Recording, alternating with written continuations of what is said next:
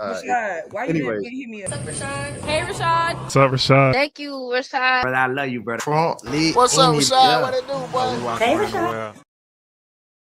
Top of the morning. Let's get this. Let's get there. What's up? My name is Rashad Molina. If you're on this channel, what's up?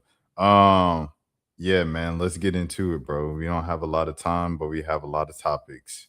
So yeah, let's do it, shall we? All right, we shall. First things first, man. The WNBA stars, KP, Kelsey Plum, Breonna Stewart, Stewie, they have written a letter acquired by ESPN. Shouts out to Alexa for getting this. Real journalism. To the WNBPA executive director, Terry Jackson, that expresses quote unquote serious concerns about how the Players Association is handling the current negotiations for a new collective bargaining agreement.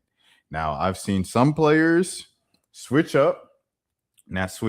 kind of in the semifinals and stuff be like, no, we want to have a season. We want to play. Like, I'm like, oh man, y'all don't fold, because if you go and you rush into this thing, just so you could play this season, you're talking about, okay, quick and easy solution for 1 year. You get paid $1 million because they give you increased salaries.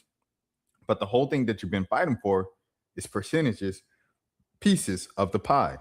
And when you don't get a larger percentage of the pie, and the growth and the popularity and the sport continues to grow as it has, as you guys been selling out in Brooklyn, selling out in Philly, selling out in Miami for Unrivaled, a 3-on-3 league, an off-season league you're selling out for, that doesn't even have Caitlin Clark and Angel Reese has been eliminated, and Asia Wilson is not even in the league as well. You're going to want those percentages. You're going to want that 25% of what you're asking for, at least 25%. So, you know what I mean? So all I'm saying is stand back, stand tall, Proud Boys. All right, here we go. All right. WNBPA Executive Committee members, Kelsey Plum and Breonna Stewart, wrote a 3-page letter on Monday to the Players Union Executive Director, Terry Jackson, expressing quote-unquote serious concerns about how the PA is handling current negotiations for a new collective bargaining agreement, quote-unquote, including a lack of adequate player involvement in the process. Now, remember, I don't know if you guys know, but I ran into Asia Wilson at a Heat game maybe about a month ago, and I was like, yo, what about negotiations? She was like, I don't know. And I was like, how you feeling about it? Good, I guess. and then I think she said, I don't know. I was like, so what you thinking? Maybe like July y'all get a deal? She was like, you asking the wrong person. The players don't know.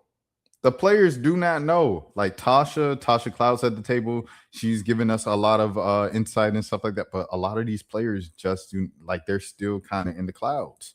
So here we go. Here's the letter to Terry Jackson. Where are we at? In the private communication, which was obtained by ESPN on Tuesday by ESPN, my bad, Plum, the first vice president of the union, and Stewart, a vice president, requested, quote unquote, a change dynamic between our PA administrators and the players, and said, quote unquote, we do not feel like we have an adequate seat at the table in these negotiations. The union held a call with its players on Tuesday evening, according to sources, to address the issues raised by Stewart and Plum, as well as the results of the Players Association survey sent in recent days, polling players on their thoughts towards the league's latest CBA proposal. First thing, I also want to shout out my boy Chris Williamson. Chris Williamson is the one who sent me this last night. So thank you, Chris, because I fell asleep and I would have woke up just talking about some other stuff. So thank you, Chris, for sending this to me. I had to shout out my boy. The union declined to comment when reached by ESPN. Jackson shared the letter with the executive committee earlier on Tuesday. Sources said it is unclear whether the rest of the 7-player executive committee agrees with Plum and Stewart's sentiments on the WNBPA leadership, or whether they were informed before the letter was sent. Sources have indicated that some members are content with the union's handling of the negotiations. The letter was sent out nearly a week before the March 10th date the league gave to the WNBA last month to try to complete a long-term sheet for the new CBA. The 2026 regular season is scheduled to begin on May 8th, but before then, the league must hold a college draft currently scheduled for April 13th, a 2-team expansion draft, and free agency for more than 100 players. The letter starts with Plum and Stewart expressing, quote unquote, immense gratitude for Jackson's leadership of the Players Association over the past decade and the results she has garnered in that span, adding that they believe she wants what's best for the players, quote unquote, but we are frustrated that we have not made more progress as we near the March 10th deadline, Stewart and Plum continue, and we believe this is a result of the breakdown of the communication between you and the executive committee, and the players more broadly. Dun, dun, dun, dun, dun, dun. The WNBA PA opted out of the previous CBA nearly 17 months ago. In October 2024, the negotiations have ramped up over the past 8 months. But Stewart and Plum say that they have been, quote unquote, privy to all of the details of the negotiations for less than 2 months, haven't seen a proposal in January, and that they've, quote unquote, repeatedly asked for more information from the PA staff, but have yet to receive it, quote unquote. Despite a year and a half of negotiations, we have not been meaningfully engaged, the letter read. The examples of the requested information include a detailed breakdown of the WNBA's expenses and revenue to understand, to best of our understanding, a comparative analysis between the potential losses players would face in the delayed or a strike-shortened season versus the potential gains achieved in the new CBA earned through continued negotiations, a clear description of how rookie salaries will be structured and how they will scale during the rookie contract, information on distributions from one team partners, a clear articulation of the executive committee's roles and responsibilities. Quote unquote, as we understand it, the executive committee's role is to help shape the overall goals and priorities of the CBA to serve as a bridge between your negotiating team and the broader membership, ultimately helping to secure player approval of any deal. They wrote, without access to the information requested above, the executive committee cannot fulfill this role, and the players cannot be expected to engage meaningfully in a process they have largely been excluded from. Stewart and Plum requested a meeting of the executive committee within 24 hours to discuss the requested information, which turned to be the all-player meeting. The two additionally expressed frustrations with how their concerns have been received by the Players Association, quote unquote. When we and other players have attempted to express concerns about the negotiations, we have been made to feel as though we're acting against the interests of the Players Association.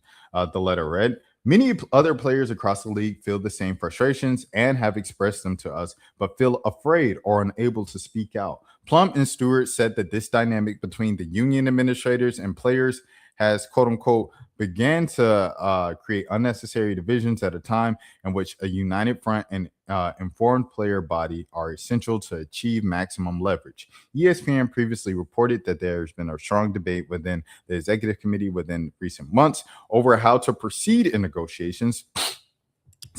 With a split over willingness to hold out or take a deal in line with the league's latest proposal. In a player call last week, a source told ESPN that over half the player leadership reaffirmed its desire to keep a strike on the table. The WNBPA player body authorized the executive committee in December to call a strike, quote unquote, when necessary. Last week, ESPN reported that the players received revenue sharing payments for the first time in league history, and that the union will also divvy up any additional $9.25 million to players from licensing revenue generated in 2020 from jersey sales, trading cards, video games, and other merchandise.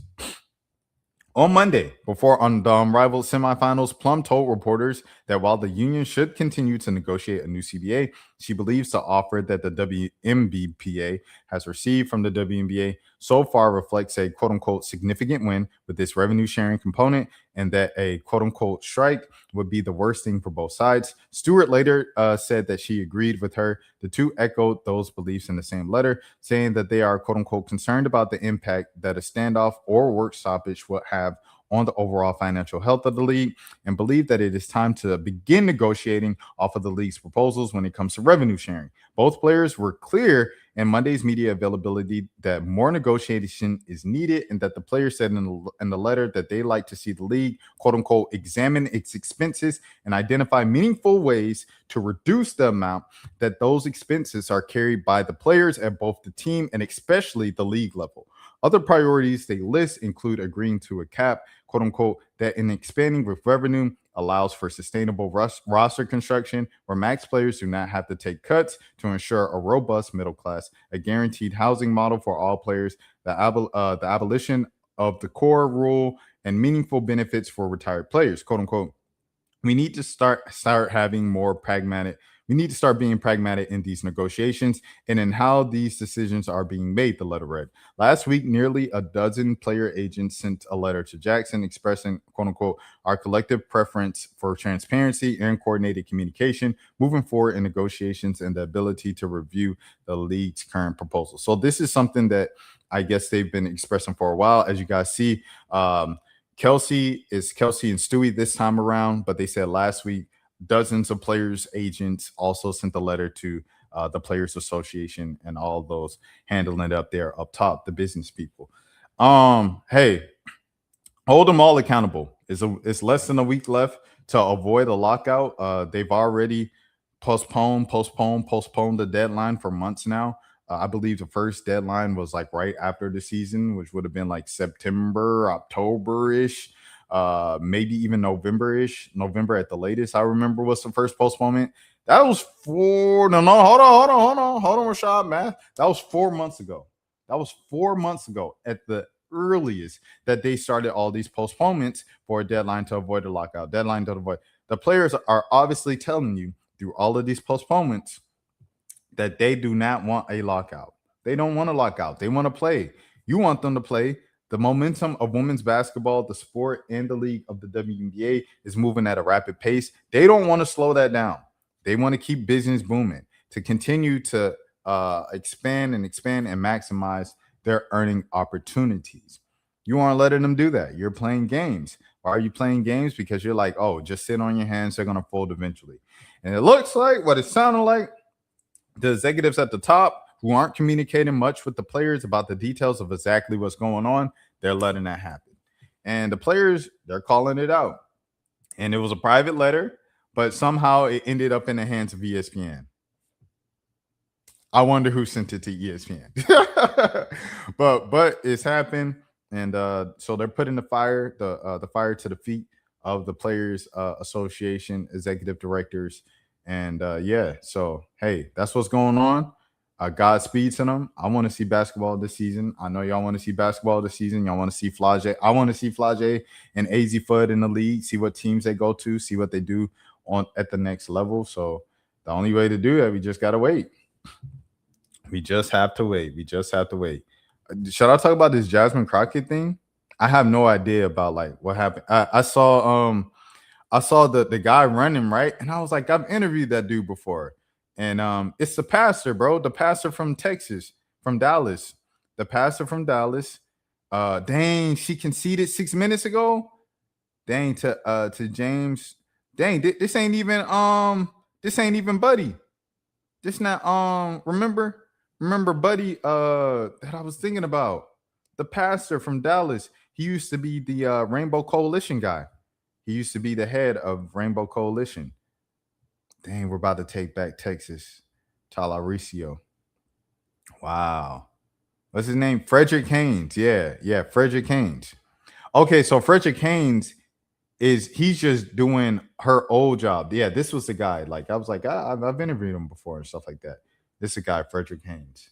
Yeah, he cool people. Who is this? Isaac Benjamin. That is spam. But yeah. Frederick Haynes. He cool people. So he's doing her old job, and the job that she was going for, she lost to James Talarico. Dang. And she's calling for unity. And let me see. Do we have a like an official statement from her? Because she wasn't admitting it last night. She was like, we're gonna keep fighting. We're not gonna get none. So as long as they want, as they know they can win, even if it means cheating, then they will continue to do it. Who is they? She lost to a Democrat. Republicans cheated because another Democrat beat me. Okay, all right, whatever. Popped out of nowhere, and y'all think he's going to actively go against Republicans. I see a man with no passion to win this election because he was bought off by Republicans. Me watching James Talarico hit 98% on all markets, and Jasmine Crockett, people crash out.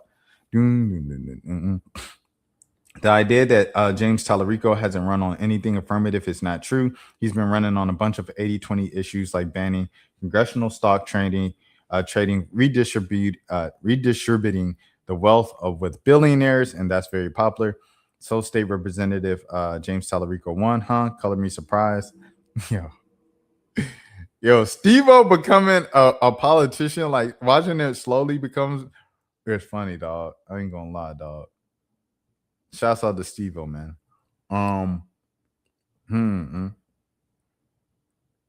That's disgusting. Paper towel. My bad, yo. Live TV. Congratulations to James Tallarico for an impressive victory in Texas. Thank you to Congresswoman Crockett for a hard-fought campaign. Nobody gets under Trump's skin more. Now let's go win Texas as a united Democratic Party. Yeah, James. The idea of Jasmine Crockett no longer being like an active politician is kind of like hard to grasp. That is something. I'm not gonna lie to you. Is there anything else? What's this?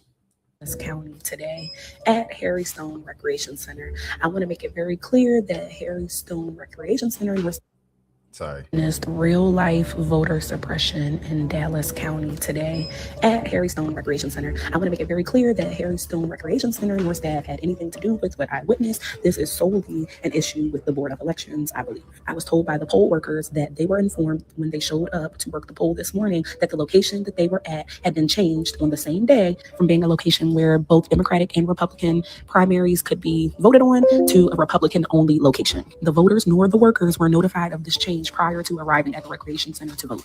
The poll worker let me know that about 50% of the people who came to vote were not Republican only and had to be turned away. And so the chances of those Democratic primary voters going back to find another location to vote are slim to none. This whole thing is so shady. Dang. So that was what somebody put up last night. And then Jasmine Crockett said, if you're in line, stay in line, you get to vote. Because this was after the like 7 p.m. deadline. She was like, just stay in line, just stay in line, stay in line.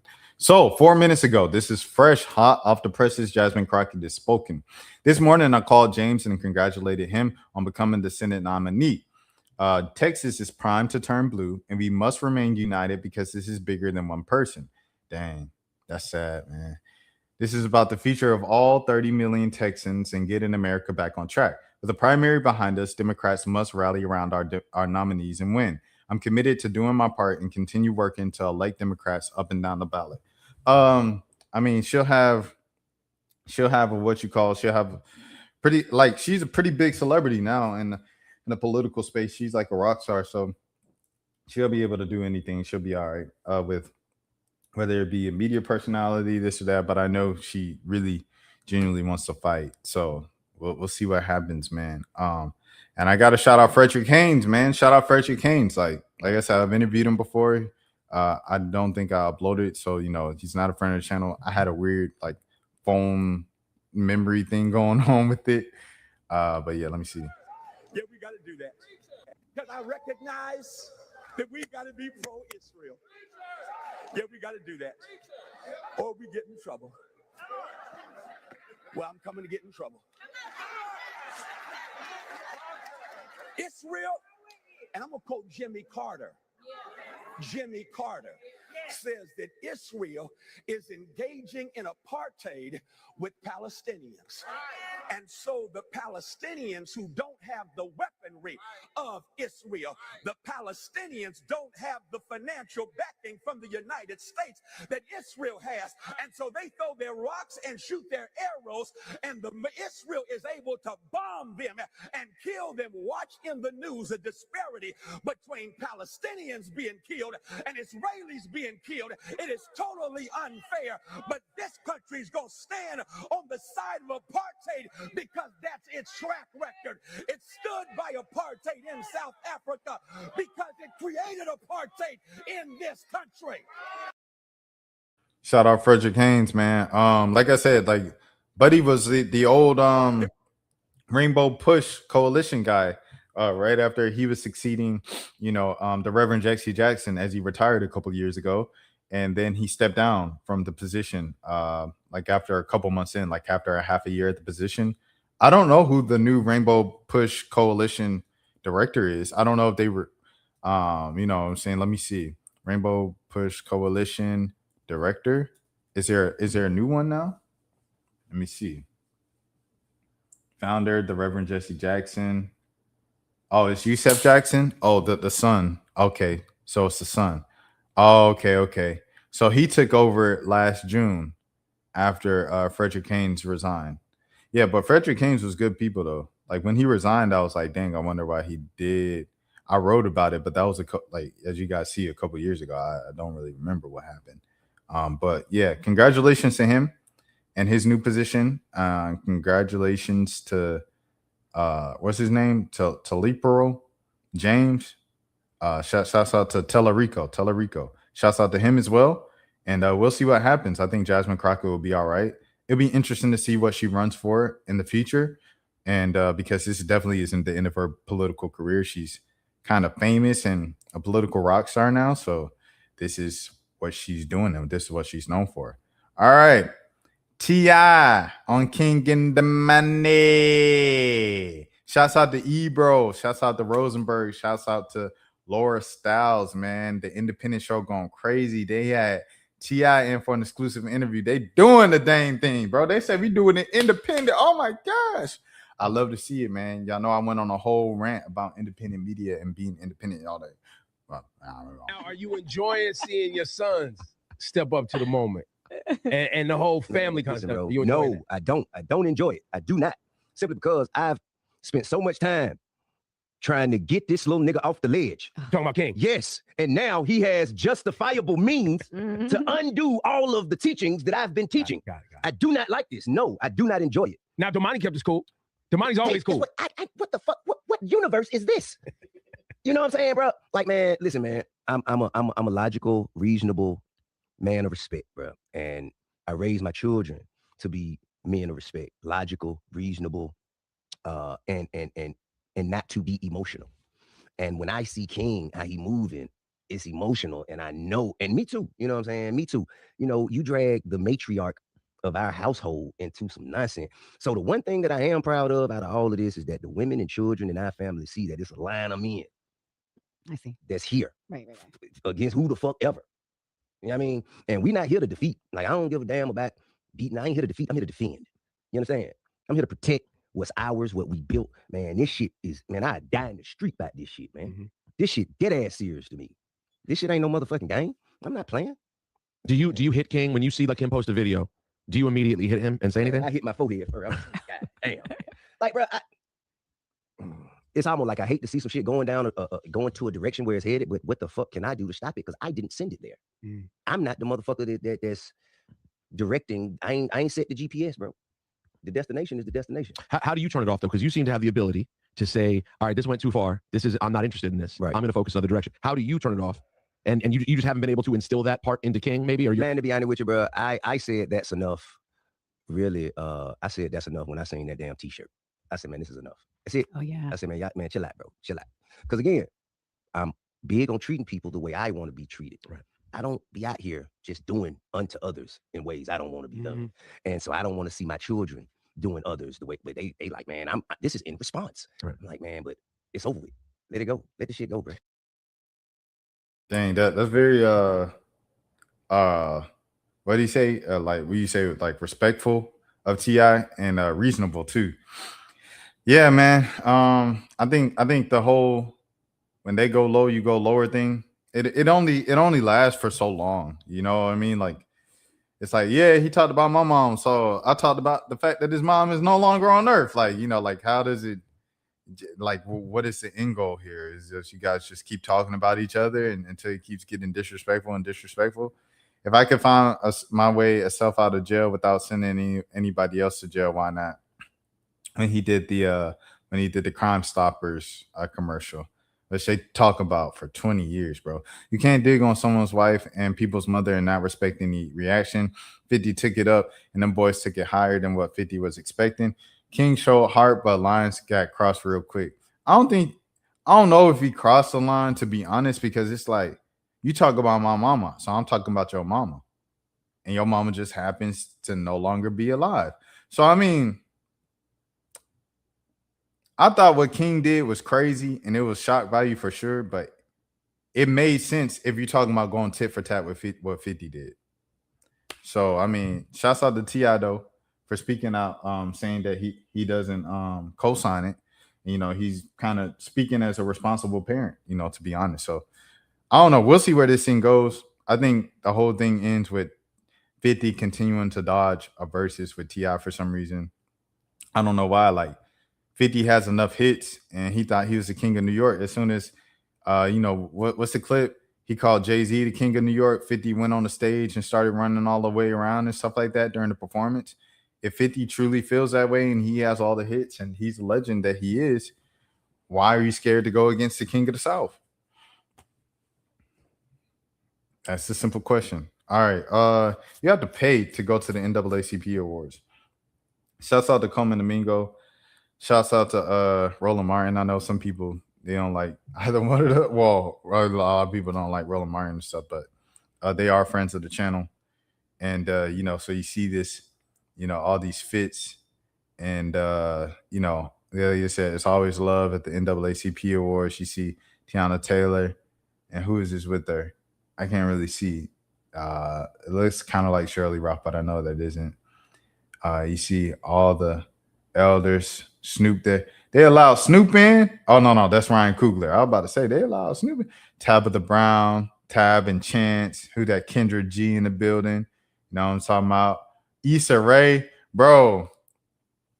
Issa Rae waved and said hey to me 2 years ago, bro.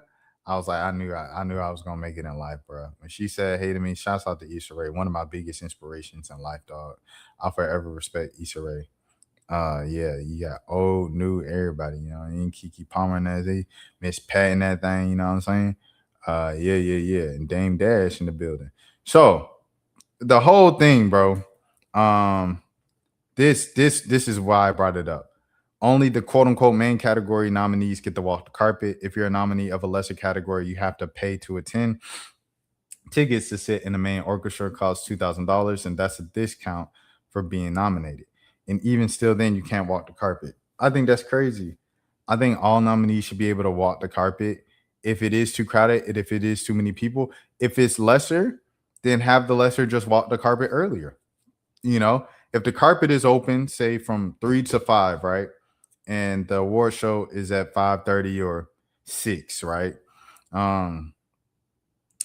I think you should have a carpet, like a pre-show, like you know how the Grammys do, right? The Grammys have the non-televised part that airs live on YouTube every year, and that is a couple hours and stuff, and they make sure they announce every single Grammy, and then you know you have the main award show that has the main awards. So I think you should have the main people walk the carpet late, 3 to 5, the big one with all the cameras and stuff like that, and then the earlier one where there's less media. However, all of the nominees get to walk the carpet. All the nominees get in. I think $2,000 is pretty expensive for an award show. I don't think award shows should cost money. However, people in the comments make a good argument. The NAACP is a nonprofit organization. They do not just have the money to be throwing these fancy events and a week-long thing of events for elegance to celebrate Black excellence in Beverly Hills and the Hills every single year at these fancy, you know, venues and stuff like. They don't have that type of resources you would assume off top in 2026. So they have to get the money from somewhere. However, I also don't know if that's the way. Me personally, I just don't think that's the way. So that's how I feel about it, man. And they said for an award show with the slogan, "We see you," it would seem like only certain people's voices and their art get the privilege of being seen. I understand his frustration. Me personally, I'll take this as I just got to work harder. I'll be like, yeah, it's disrespectful because I get disrespected all the time. Like, I feel very disrespected on the entire wave of newer media people coming to the surface online, and they're advocating and they're platforming and they're promoting a lot of these artists, and they're getting a lot of attention for it, of the quote unquote up and coming rising artists, of artists I've been talking about for years at this point now, for artists that I was one of the first people to ever speak about them on the internet and media. Like, I feel disrespected for not even getting that credit. I do think I get my credit a little bit more in the women's basketball space. Like, people do give me that credit and they give me that salute and stuff like that. They give me that nod, like the people who know. But like in hip hop, I feel like I don't get a lot of that respect in hip hop media. So with that being said, just being overlooked and seeing people take credit for like stuff I've been saying for years, I just got to work harder. You just got to work harder. And once you work yourself to an area where people can't ignore you, like they don't see you, then, you know, things will get better. Hold on, let me do this thing. Things will get better. So that's my advice for him. Like, I understand your frustration, you being disrespected and overlooked, but just work harder and work yourself to a position where they can't not have you on the carpet. Like, you worked your way to a level that they can't ignore you. I worked the Image Awards 1 year. It was pretty cool. It was a nice experience out there in Beverly Hills. And most of those people I did not know because I don't watch TV. I don't watch TV and I don't watch movies for real. So more than half of those people I did not know who walked the carpet. So, you know, I mean, they're famous to some people, but to me, I just do not know them. So I say all of that to say, you ain't got to be that famous to walk the carpet, but you work harder and, you know, continue to put out this quality work like you were nominated for, and you will one day be recognized for everything that you've done, man. Just put your head down, keep grinding. He said, "It is what it is. I'm glad there's at least a place where Black artists get their just due and deserve space. It's just unfortunate that the cost is putting down other quote unquote lesser artists simply because they're not famous and not creating a pathway to uplift other upcoming voices." This is a very, very solid point. Yeah, he said we were in an empty balcony row. We still had to pay for like peasants, spectators at a show we were nominated for. Yeah. Let me see. If the point of having a televised event is to promote the honor of the work of Black art, then it should not be to pit celebrity against local or grassroots. Facts. We understand that the main categories are part of the broadcast, but charging $2K to make it look like the Oscars is unnecessary. I agree with that. I agree with that too. But it's like, okay, do we just need to do more, you know what I'm saying, bring in more light to fundraising efforts for the NAACP to make sure that this award show looks as elegant and, you know what I mean, as classy as it does every year? Is it on us as Black people, as Black consumers, to make sure that we keep the NAACP awards as good as it needs to be? Just like the BET awards. Like, my mom, she kind of like pulling back the curtain. She didn't give me permission to say this, but my mom, she was like, why you want to go to a BET award? Why you make BET award such a big deal? And it's like, because if I don't make it a big deal, who will?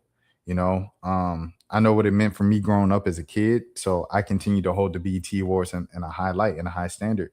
And I say all that to say, like, we have to hold ourselves to this standard because nobody else is going to do it for us. So a part of protecting that is showing value in it. And how do you show value? There's no better way to show value to anything else than to put money behind it. So yeah, there's that. Okay, next thing. But what's his name? Hold on, let me get his name first. G-Share Aim. Shouts out to G-Share Aim, man. Hey, best of luck to you, my brother. You know what I mean? Here he is. You have until now, until February 13th, to watch the full 14-minute short film on the website for free. And when you're done, vote for us to secure our NAACP Image Award win. Yeah, hey, salute to this young man, bro.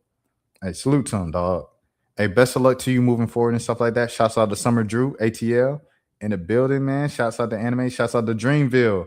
DreamCon, excuse me. You know what I'm saying? That's friends of the channel as well. Mark Phillips, RDC.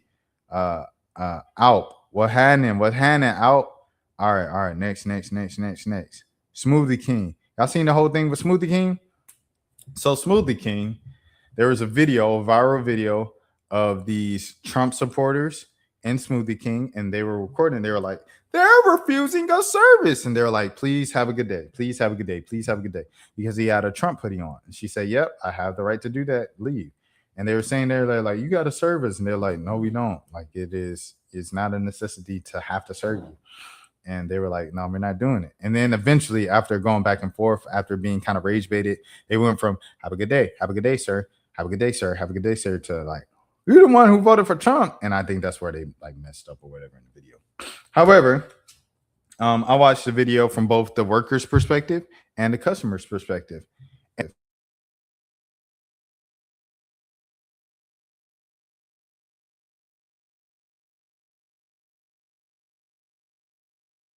They're trying to silence us, but we won't be silenced. I would say from what I saw is that just being on the internet, as you guys know, what are we at? 364 days? Goodness gracious. 364 days in a row of binging this internet stuff, right? I've learned and picked up from angles, perspectives, framing of these viral videos that more than likely these customers were instigating. They were gaslighting and they were rage baiting. And then they got their cameras out to continue to escalate the situation. Instead of just leaving, like they said, they continue to escalate this situation with their cameras out to record, to go viral. And it's unfortunate that Smoothie King took the customer side just to protect themselves. But hey, here we go. Right, which is discrimination. Yeah, we're at Smoothie King, and they're discriminating and saying we cannot get service because Jake has a Trump service on. Okay, well, So- you said you were gonna leave, so please just have a great day and leave so we can continue what we're doing. Like, thank We you. were just wanting a smoothie, and you literally looked at us, and I asked you if everything was okay. You said we don't feel comfortable serving you because of my husband's hoodie. That is discrimination. Okay, well, have a great day. Like, That is illegal. that's I illegal. discriminated who? I said Trump discriminates us. That has nothing to do with us wanting a smoothie. Okay, but that's who you support. That's who you love. Though. You So, don't, go ahead, but have a you great day. you don't own this. You don't own Smoothie King. You're gonna no longer have your job. Literally. Like, I'm confused. Is this a joke? Good luck maintaining your employment. I don't care. Like, have a great day. When Get your out. company is charged, yeah, you will. So literally, Jake's wearing his hoodie. They would not serve us because Jake's wearing a Trump hoodie. Like, Talking about are you not discrimination? embarrassed? Are you not embarrassed? That's embarrassing. It That's is embarrassing. for you. No, That's what's embarrassing is that we're Job. American citizens and I wanted to get a It's not smoothie. embarrassing because my manager said she said the same thing to you. That's why I'm saying what I'm saying to you. Okay? But that's, That's- hey, you know that's a crime, right? It's not though. Discrimination We is a have the crime. right to refuse service here, and that's what we Not did. due to political views, though. Not due to You political asked her what was views. wrong, and she said that she was It's okay, uncomfortable, it's a right or crime. wrong. It's all right. You asked the question, and she answered. Have a great day. That's a Have a crime. great day. You know that's The a door is crime. right there. Have a great day. How embarrassing. Have a great day. Call the police. Okay? Wow. Discrimination. Yeah, I am going to call the police. That's a Rage baited. So here it is. As a brand, Smoothie King is committed to ensuring our stores are a place free of discrimination of any kind, where every guest and team member is treated with care and respect. Following an investigation into an incident involving a guest who was refused service at a franchise location in Michigan yesterday, the franchise owner has taken immediate action, and the 2 employees involved are no longer with the business. They did that to protect themselves because he said, "We're going to sue you."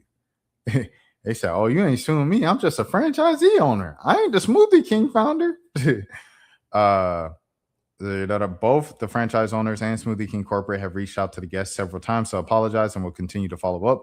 The local owner is also taking further action and enforcing a mandatory refraining of all employees that outlines our guest experience standards. Yeah, this is weak from Smoothie King to do it. I think they're just doing this to protect their pockets, so they won't lose a lawsuit. But I think you should have your employees back, in my opinion. Like, if the employees feel uncomfortable from the customers and they are the only 2 employees in there, because if you know Smoothie King, you know them jokers got a max of 2 people in there at a time. They had 2 people in there.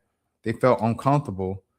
2 women in there working at the same time by themselves. They felt uncomfortable about a man who came in there because of how he presented himself, and they were like, "Please, sir, we don't feel comfortable. Have a good day. Like, we don't want to serve you today." I don't know. And there was probably, like I said, knowing the internet, some more that happened before they started recording to this. I think you should have your employees back.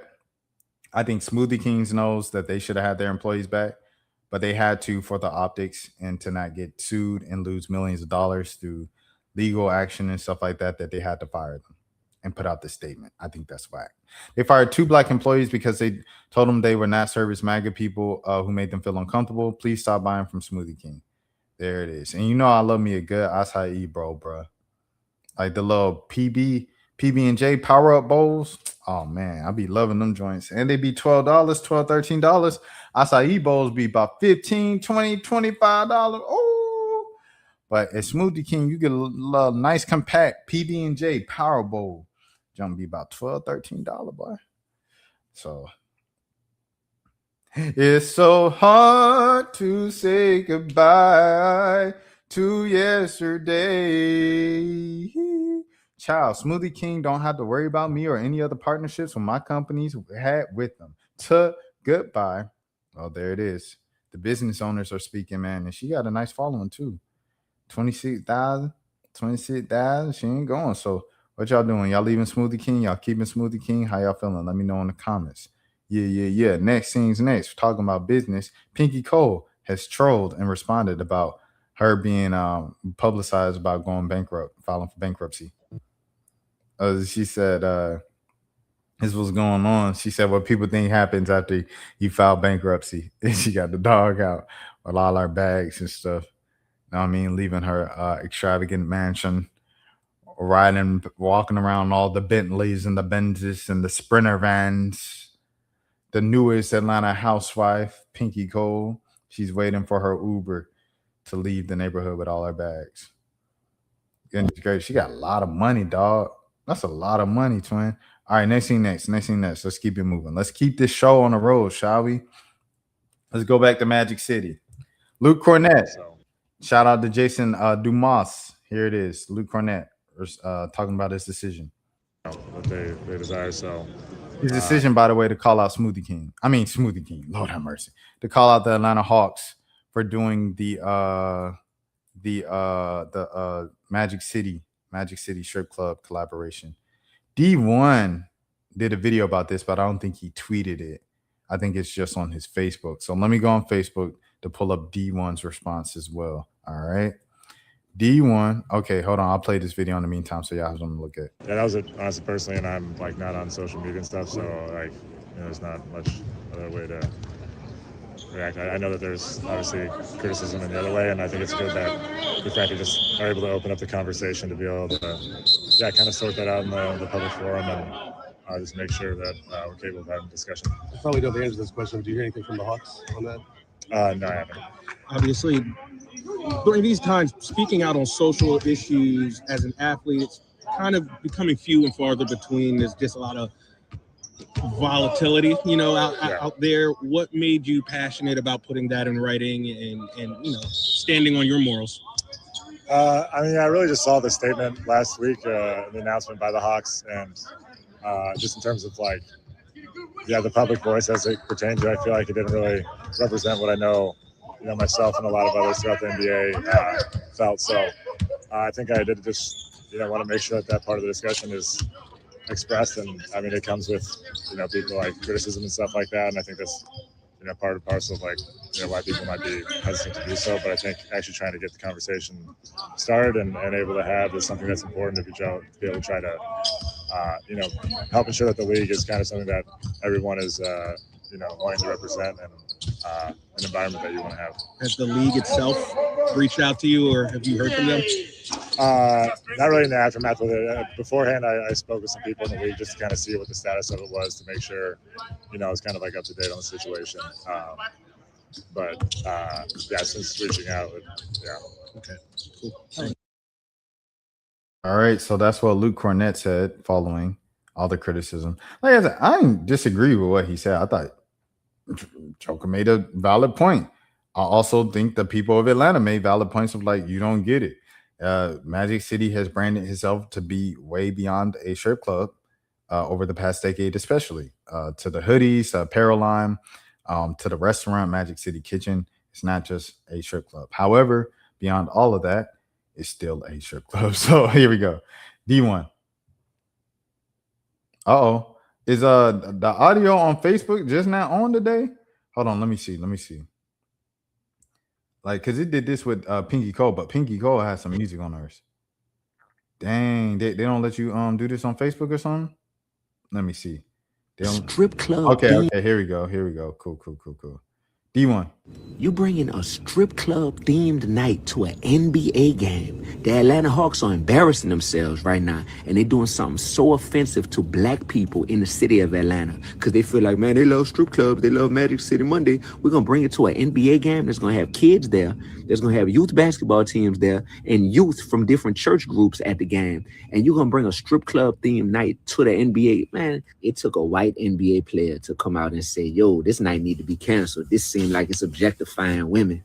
This man did a whole press release about the objectification and mistreatment of women in our society and asked for the night to be canceled. Where are the black players at who are offended by this, who want to speak up about it? Salute to homie though.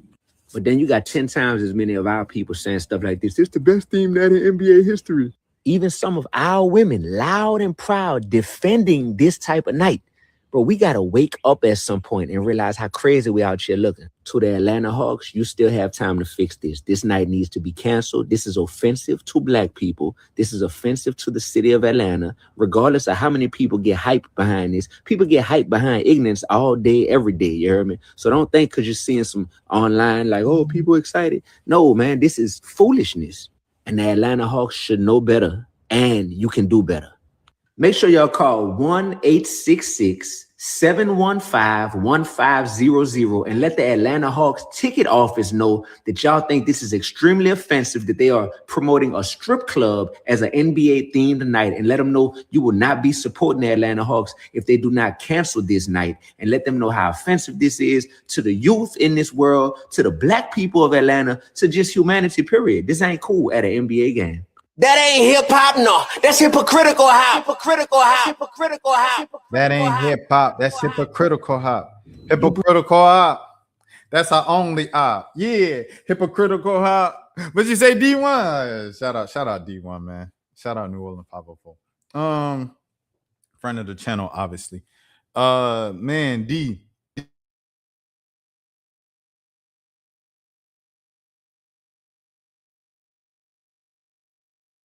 Want to silence us. All right, here we go.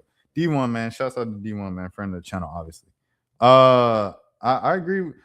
Like I said, my first reaction when I saw it was like, I feel like this is a mockery of black people to black people. It's like, oh yeah, that's what they do. Like Magic City is everything. I thought it was a mockery to black people. That was my first initial reaction. And I also don't like how black people like have like firearms, right? Firearms, like just ignorance, like, you know what I mean, just ignorant stuff, and be like, this is black culture, you wouldn't get it. Like, it's like, no, why does that have to be our culture, bro? That doesn't represent all black people, bro. Like, some black people, believe it or not, are nerds. Some black people like to watch anime all day. Some black people like to skateboard. Some people just like to chill. Some black people like to meditate. And like, why can't, you know? And then the thing that I saw, right, as an Atlanta Hawks response, I'm gonna skip down, right? I'm gonna skip down here to what's going on with the Hawks. Is the Hawks are literally doing this, like, I think the same month, right? Nobody's talking about this. This is a Renaissance Orchestra halftime performance from the Atlanta Hawks. These are elegant black people playing in an orchestra. Majority of this band, it's like 2 non-black people in this picture. Nobody's talking about this night. This is March 10th. This is before the Magic City Monday. Nobody's talking about this. Why is nobody talking about this, but everybody's talking about the Magic City and saying all that? Let's talk about the positive. However, no, ignorant and everything like that, it's going to get the clicks. It's going to get the attention. This is my response to it, of just like, we need more promotion of this. And this is also to go to all the people who talk about negative versus positive press, right? Because, you know, as a member of the media, I speak on this. Like, it's obvious, bro. I don't know if you guys know it, but a lot of people are like, oh, the news is too negative. Why do we always, you know, they ain't going to talk about this, though? Because whenever people talk about positive, it's not even that people don't do it. It's just, you talk about positive, usually 9 times out of 10, you're going to get about no views, 2 views, whatever, You talk about some negative drama, whatever, oh, boy, it's going all the way up. Why you think the shade room is the shade room?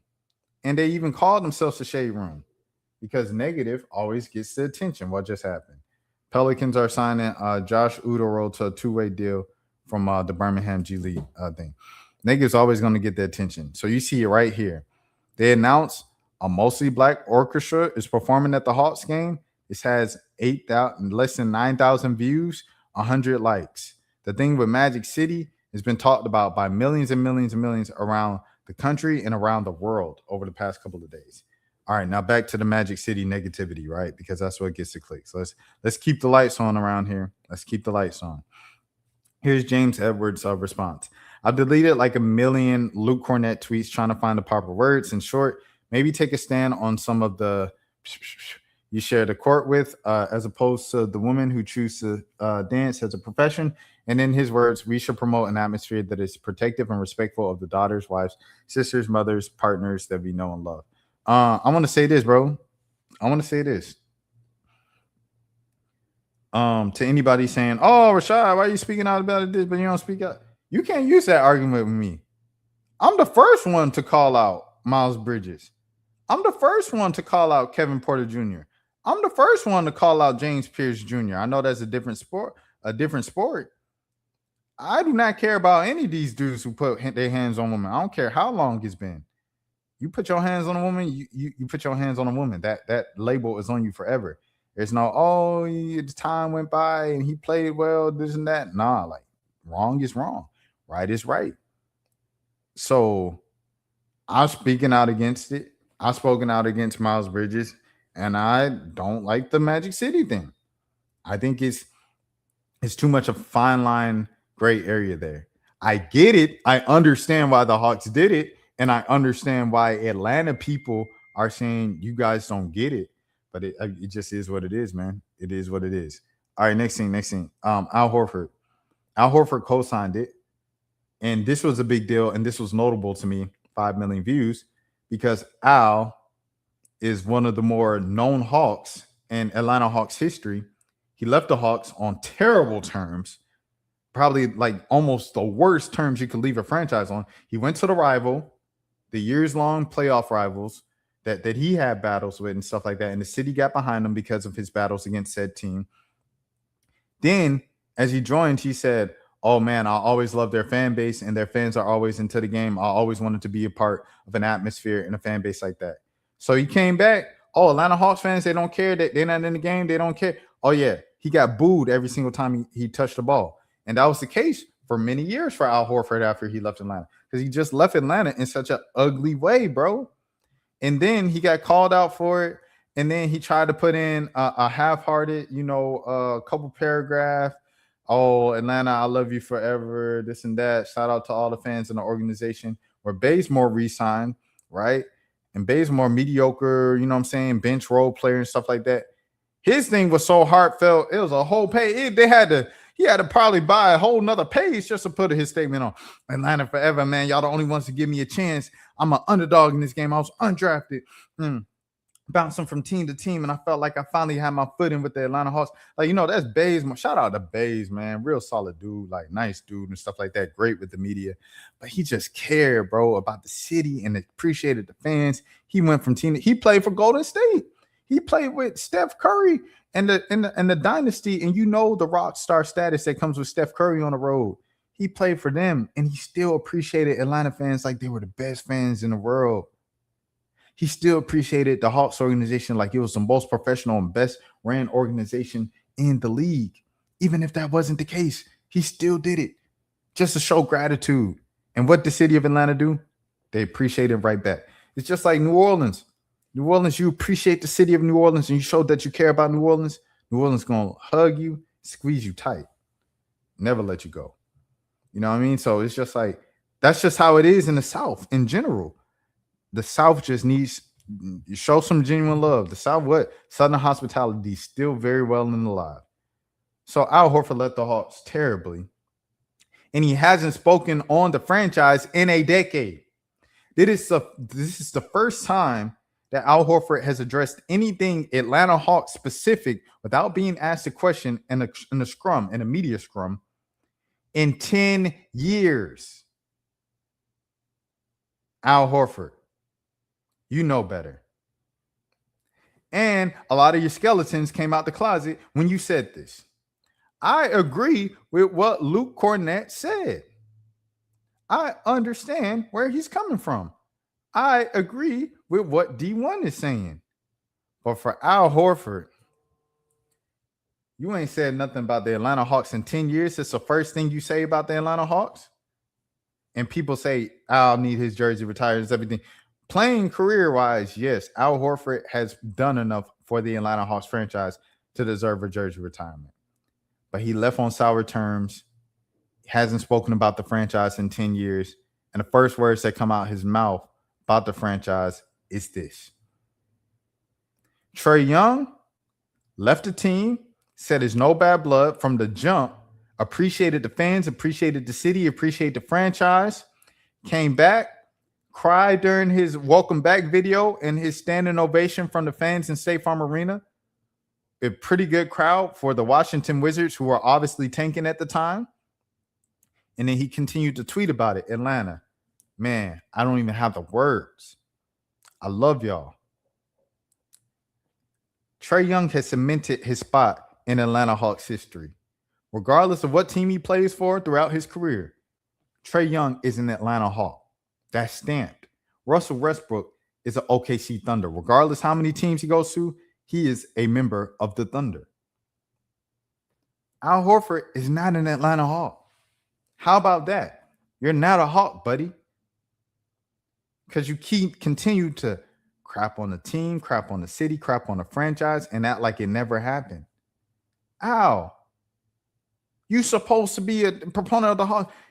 Like I said, I have no problem with what Luke Cornett said, the thing that you are, co-signing. I have no problem with what D1 is saying. I agree with what they said.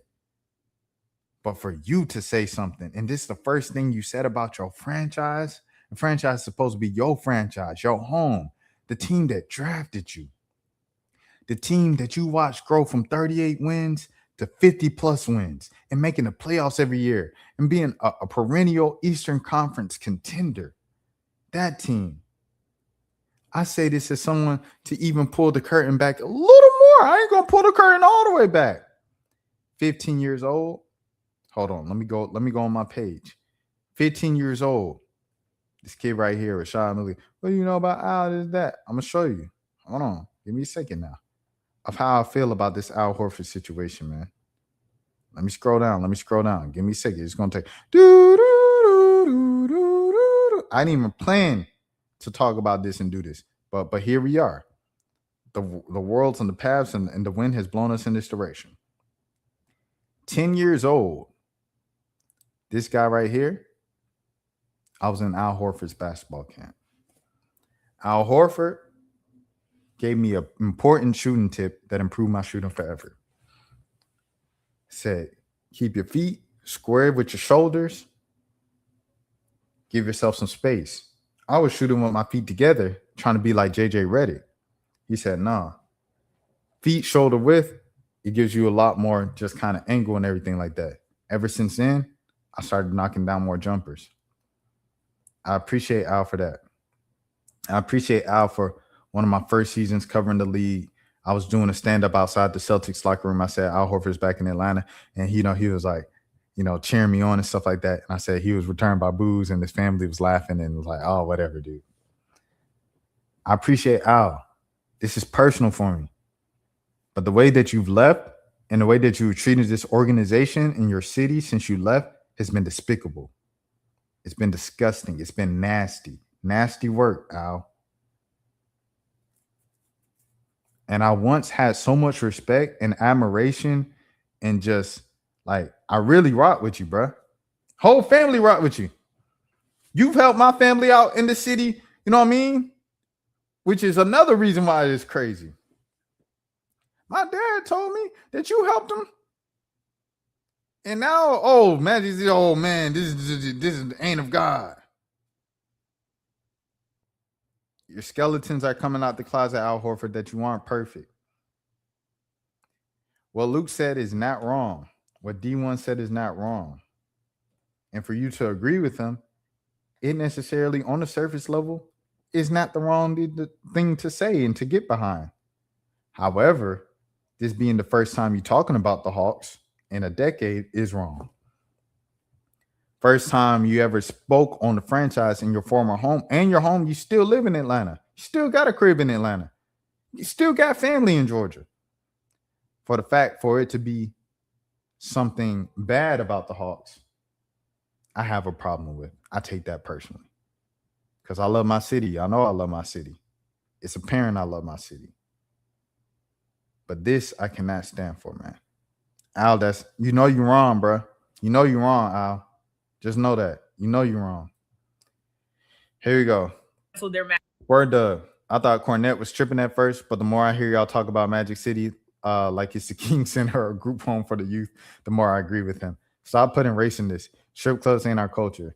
And this from a dude who's been in Atlanta forever. This is what I agree with. I agree with it. People be like, it's the culture. It's the culture. No, it's the culture for a particular amount of black people. But like I said, everybody being Magic.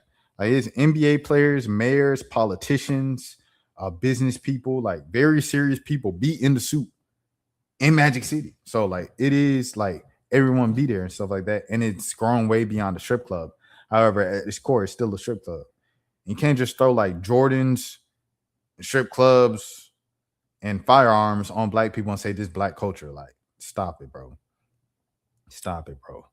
Because if you want to say this is black culture and say this is black culture, this is also black culture then. This is also black culture. Let's respect ourselves, bro. Let's continue to respect ourselves, man. This ain't no respectability politics. It's just real. It's just real, man. Just is what it is. You see what this is. Strip clubs are not related to black culture, big dog. Here we go. So there it is. Let's go. Destination Smokehouse, tendonism. Good morning. My name's Nick, and recently there's been a lot of conversations about Destination Smokehouse that don't fully represent our history or what we stand for. Today, I want to speak directly to our supporters about Walter Johnson and his involvement with Destination Smokehouse. Walter was never asked to leave. The application to register the trademark for tendonism was not filed without his knowledge. Walter was an early source of inspiration for me, and I've always been grateful for that. We've shared so many genuine moments together, talking about barbecue and bonding over the craft that we both love. These moments were filled with camaraderie and mutual respect. Today, I'm proud of Walter for having the courage to go after his own dreams. It takes heart. I respect anyone who chooses to build something of their own, and I wish him nothing but the best. The barbecue community is really small. He's trying to protect his business. Because Keith Lee tried to give tendonism 4,000, right? Tried to give him 4,000. And he said, I couldn't find on. And they said, give it to me. I'm going to send it on. He said, no, I'm going to put it in hands of directly. And so they make the video. They say, if we knew that it was Keith Lee, we would have showed up. That's the whole point of Keith Lee. You're not supposed to know it's Keith Lee. You're supposed to treat customers right because you treat customers right as a part of the Keith Lee experience. And, if you want to send 4,000, why are you giving 4,000 to just tendonism? Why don't you split up the 4,000 and give me 1,000, give the manager 1,000, and give Walter 1,000, and then give 1,000 to the employees to split up? Bruh, you can't choose where that man money go. He want to get that money to tendonism. So for you to go there, you were already showing signs right in front of our eyes on camera of jealousy. That Walter, Mr. Tendonism, the star of the thing, even though you're getting all the money from tendonism, you showing signs that you're jealous of him. Tendonism leave, he go up on his own. And now it's, I always rooted for him. It's never no jealousy. I feel proud of him. Yeah, I would say the same thing too if I'm trying to keep my business in business. Guys, we all know each other, and as small business owners, I feel it's our responsibility to support one another and celebrate the craft that brings people together through our food. It's always been about great food and the spirit of the community with barbecue, and that's what Destination Smokehouse will always stand for. We're grateful for the support of our guests and our team and the barbecue community. We will remain focused on moving forward with respect, positivity, and a shared purpose. Thank you, guys. Shout out to Unc, man. Shout out to Mr. Tendonism, man. Let's go. Let's go. All right, he owns it. So he got the tendenism trademark. Not at Destination Smokehouse. I'm with tendenism now. Here I am today, Attorney Harris. Reached out, talked to me. We have a meeting. He's the original owner of tendenism. Let me go 1.5. And today, he said, well, I'm going to get the trademark to you. And here he is. Boy, look, Attorney Harris. Now you all know the appreciation. Things have been happening. God's good. God is good. God is good. It wouldn't have happened. Yes, sir. If it weren't for you. All the time. And now look at it. Hey, family, see how we reach out and touch. Long time coming, but time is here. Well, I just want to thank you all for all that you've done for the community. You are a magnificent inspiration to us. And it is time for our community to work together to do big things economically. And it is an absolute honor to begin the process of transferring these trademarks over to you because you deserve it, you created it, and you created something very, very special for our community. So, and then we're ready to roll. Let's go. Hey, man, look at here. This tendenism, boy. I'm finna really y'all. I'm finna have some fun. I'm finna tender ride the United States. And I'll say one thing today. Booyah. My man. Right. W tendenism, man. Come on now. Come on, trademark. Dang, I'm gonna have to pay him. Uh-oh. I hope I don't have to pay him because I said tendenism. Like when Paige trademark Pistol Page Bucket, Paige Buckets, she ain't trademark Pistol Page Buckets. That's the nickname I gave her. But yeah, man. Shoot. Hey. I'm sweating. I hope I don't get no email. You owe us $10,000 because I ain't got it. Throwing thousands in with Drizzy. Difference is I'm throwing 4, he throwing 50. Lord forgive me. Rapper saying use a rapper. Ain't you supposed to tip more? I don't see no baby. Ain't you supposed to? Confessions of a cheat. Shout out J. Cole, man. I'm a fan of the Golden State Warriors, and we having a hard time. I mean, a real hard time. And they got rid of Jonathan Kuminga, who is thriving in Atlanta. Thriving. And it's been said that the reason he's thriving in Atlanta is because he's in a system that allows him to thrive.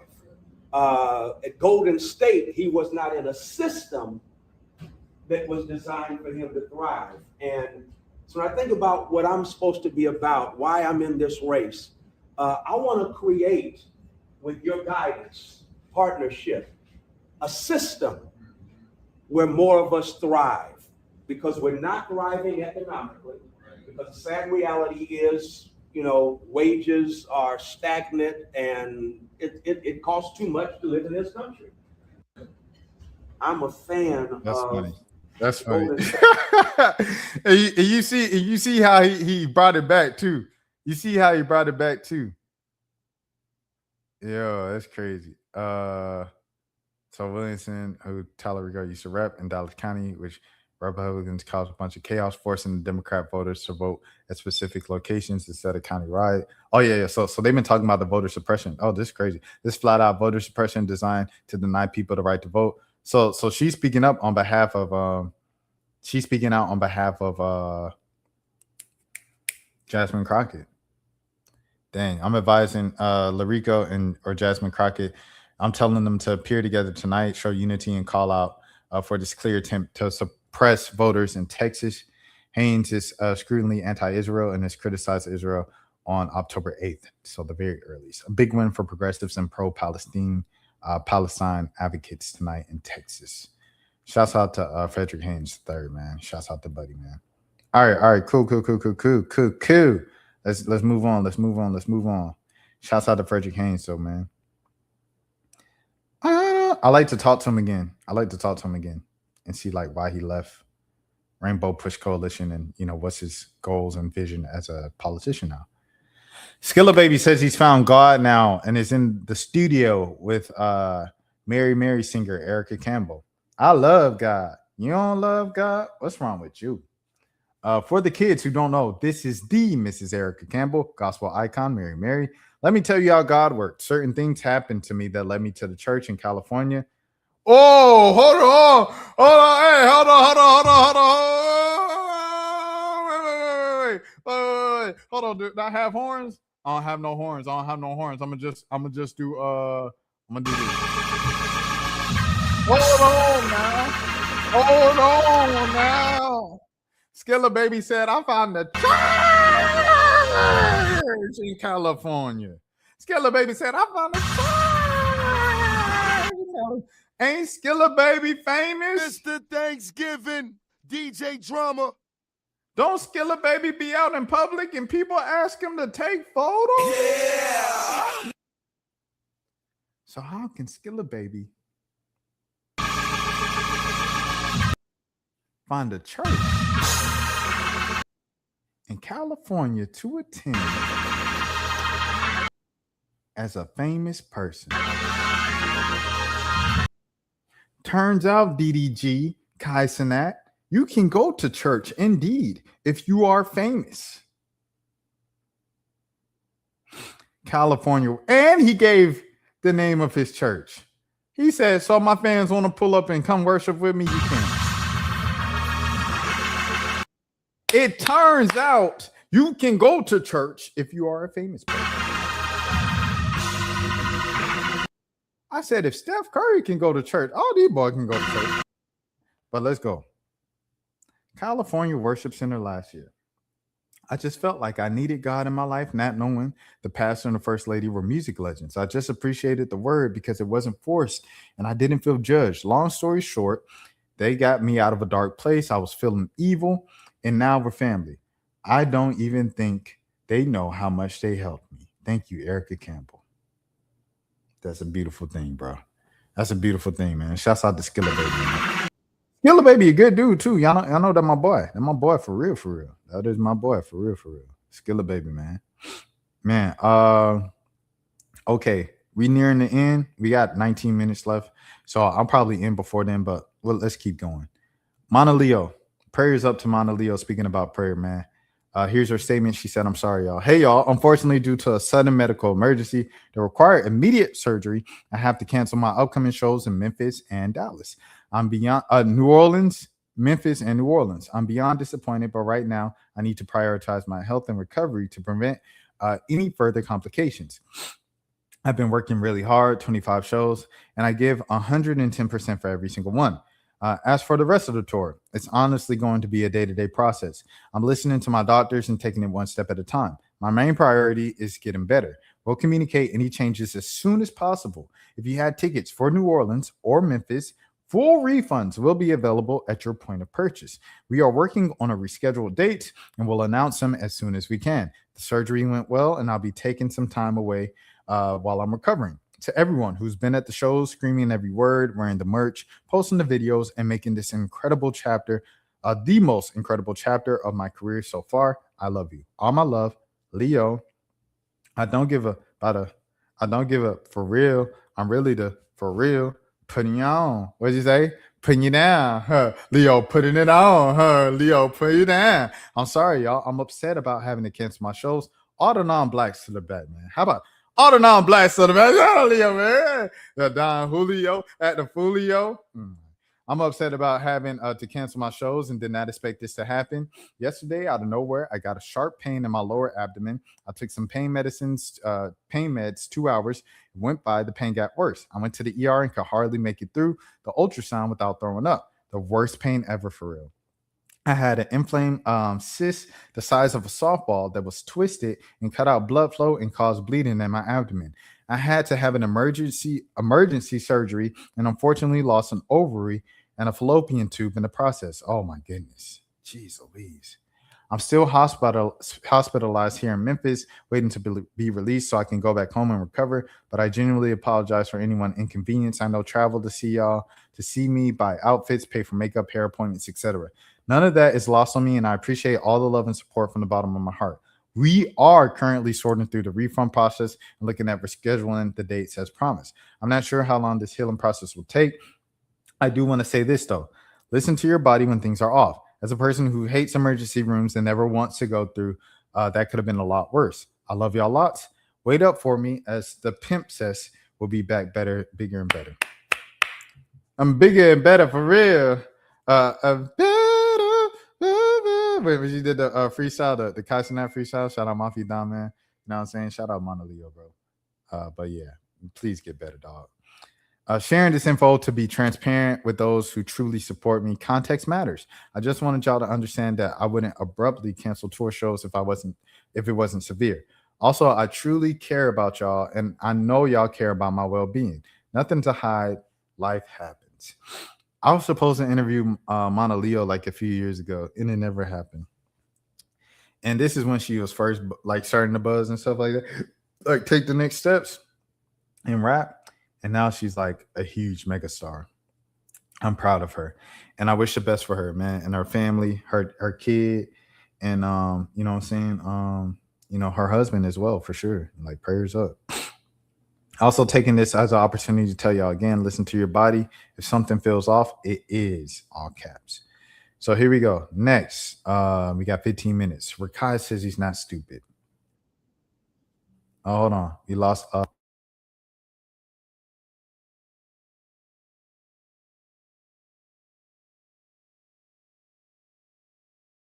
Trying to silence us. All right, here we go. Rakai. Let's go, Rakai. Speed actually thinks I'm dumb. Like, Speed does think I'm actually dumb. Like, I'm not actually dumb, chat. I don't know, bro. But that's a Speed. And then also like Speed actually thinks I'm dumb. Like, Speed does think I'm actually dumb. Like, I'm not actually dumb, chat. I don't know, bro. But that's a Speed. Hold on. I know I'm replaying the thing. I'm looking for another clip because your Rage was talking about. Your Rage responded to this directly. Let me see if I can find a clip of Rage talking about this, man. Rage was talking about this directly. Where you at? Here it is. Rakai, bro. No cap. And yes, it is not clip farming. That nigga is as stupid as he appears to be, gang. That nigga is a dumb legit. I ain't even gonna care. Like, he's like, but it's like I feel like he needs like a big brother living with him or something to teach him shit or some shit, gang. Like, there's a lot of shit he just don't know. I'm sitting there like, yo, how do you not know that? Or why do you think this is? You feel me? Like, dead after those times, I feel like I'm teaching this nigga shit. I'm sitting there like talking to him and teaching him shit. I'm like, yo, blase, blase, blah. He's like, what? I'm like, what? He's like, huh? So Rakai, we spent some. We got closer. Shout out Rage, man, friend of the channel, dog. Yo. It's funny he said he not actually like that, and everybody else would say yes, he's actually like this off camera. Breeze past it, like damn. No, I love. No, don't say you know it's me and then breeze past it, like damn. No, I love Moose Mafia. You do, but do you love me? Of course, come on, man. Okay, I like it. You know, I was gonna say though, like, I know you just had a kid and shit, but when you try 5 months ago, what that mean? Oh, okay. 5 months ago is crazy. 5 months ago is crazy. I don't know really how it works. I don't know how. No, don't say. 5 months ago is crazy, bro. 5 months ago, what that mean is insane, dog. All right, here we go, bro. That's so mean to say. That's so mean, literally. Even if I am drunk, that's so mean to say. It's not funny. That's so mean. That's so did she rude. see me? It's not about funny. somebody that you actually fuck with, like. Oh, what is she doing? Egain! No! Egain, what are you doing? Yo, the fuck? Yo. What the fuck is happening? Egain, no! Bitch.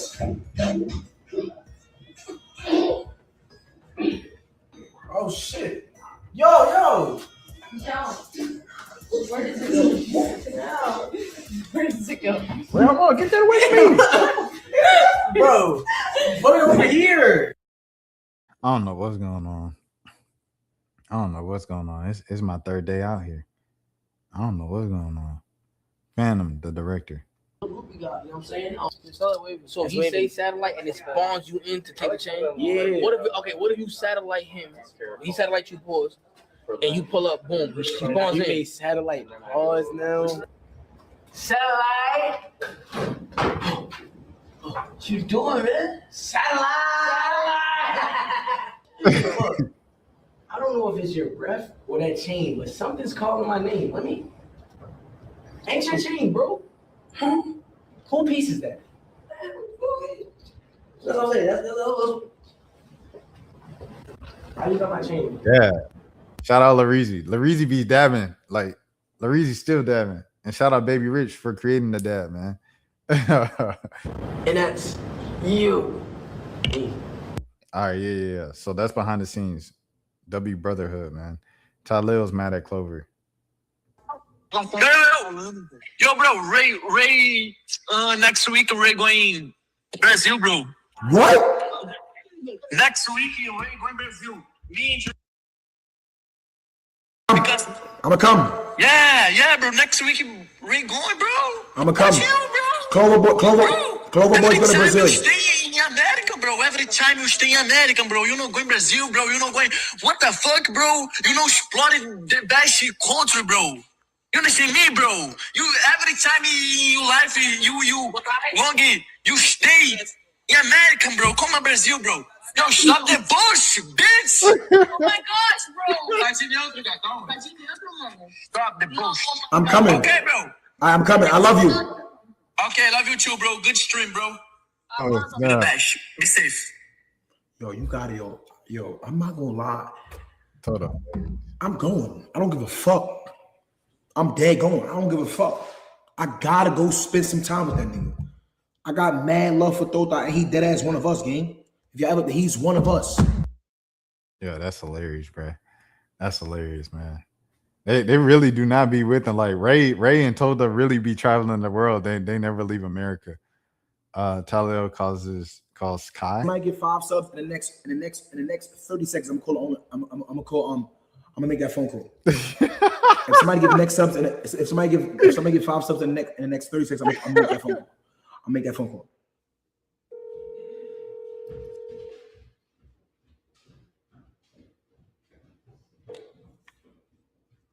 Hello?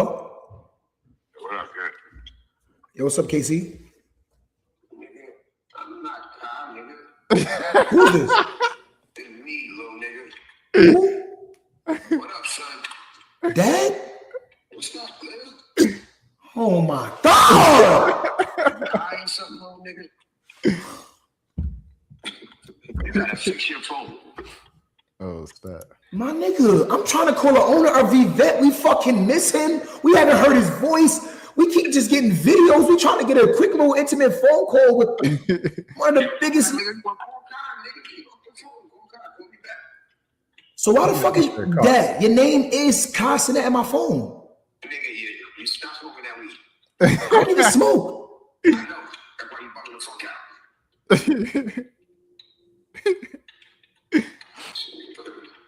I was trying to shoot the shit out of me. And down.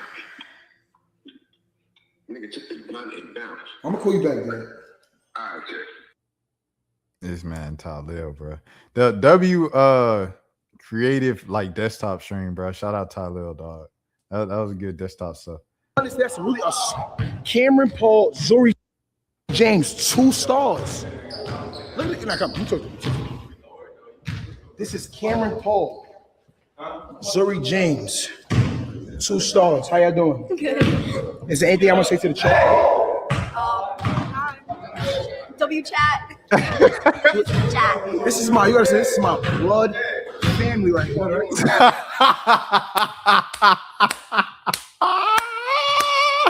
Hey, yo. Where you going? Where he kicked him. You about to lower it? Now this a grown man. We gotta lower that? Yeah. That's really us. Yo, Zuri kicked him. Hey, shout out Zuri, man. Why is Layla trending? Layla drop? Let me see. Layla and KK Harvey, so I know what's going on. Oh, there's some other Layla. I'm thinking Layla about to drop. Who's Layla and who's KK? Who's Layla and KK? I don't know who that is. Anyways, you guys have a great day. My name is Rashad Milligan. If you're new to the channel, this is Road to 10K subs, man. W stream. I really enjoyed this morning stream, man. We had a good crowd the whole time. People getting ready, waking up in the morning. I appreciate y'all starting off the day with me. If you're in America, if you're around other parts of the world and it's the middle of the day, I appreciate you too. Man, 364 days. I will be streaming tonight. Just because I streamed this morning, because I didn't stream last night. So I got it. This was making up for last night's stream. Yeah, man. But I'm live every single day or have original content on this page every single day like I have for the past 364 days. Tomorrow's a big day. I hope you guys enjoy it. Have a sensational day. Positivity, optimism. Keep your head up. Don't give up, because if you don't give up, you'll never fail. I'm sounding like my dad now. Until next time, have a good morning. Have a good afternoon. Have a good evening. Have a good night. Have a good day. If nobody else told you today, I care for you. Peace out. Rashad, why you didn't hit me up? Hey, Rashad. What's up, Rashad? Thank you, Rashad. Brother, I love you, brother. What's up, Rashad? What it do, boy? Hey, Rashad.